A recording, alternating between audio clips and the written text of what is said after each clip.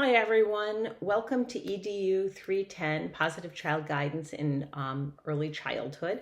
My name is Dr. Andrea Burnell and I will be your instructor for the next 6 weeks.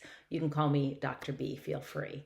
And thank you so much for learning with me for the next 6 weeks. I'm looking forward to it. For this course, you will be using this book. Sorry, it's backwards, but this is Positive Child Guidance by Darla Ferris Miller. This is our text for the course. And for our first week, you'll be reading chapters 1 and chapters 2. So a couple things. Every week there will be a discussion. Your initial response to the prompt is due by Thursday at midnight, and responses to at least 3 of your classmates by Saturday night. All that being said, please try to post early and throughout the week. When everybody saves their posts for the end of the day on Saturday, it doesn't make for our ability to have a very rich discussion. So again, please try your best to post early and post throughout the week.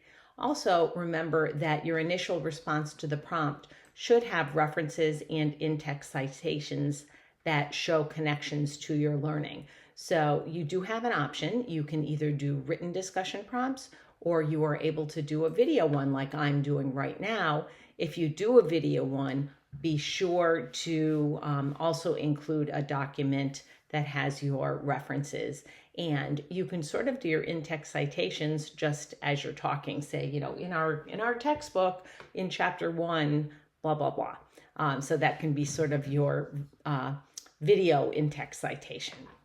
And the other thing that is true throughout the course is if you need to get a hold of me, we do have an Ask Your Instructor discussion board. So if you have general questions, feel free to post them there and then everybody can benefit from the answer.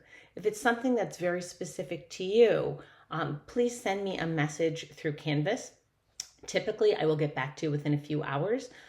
Definitely within 24 hours. So if you do not hear back from me within 24 hours, send me another message. I've had a couple of instances over the years where messages just didn't come through in Canvas. And I'm usually very, very quick at getting back to people unless I've posted something saying that, you know, I'll be unavailable for 24 hours for personal reasons. So definitely don't hear from me in 24 hours. Make sure that you poke me again. So this week, for our first discussion, you're going to introduce yourself, and that's again by Thursday at midnight. Tell us a little bit about yourselves and what you want to learn in this class.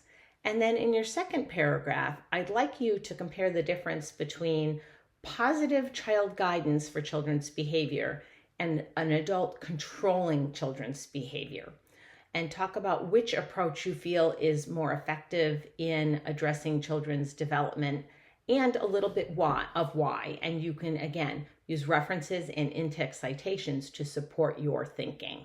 And then I'd like you to sort of wrap it all up with a couple of questions for your peers, and that will help with all of your replies to your minimum of at least 3 classmates by Saturday at midnight. And again, post throughout the week. So that is going to be our first discussion. Our first regular assignment for this class is going to be based on your readings in the textbook. So in chapter 2, you're going to learn about the behaviorist approach, the maturationist approach, and the constructivist approach.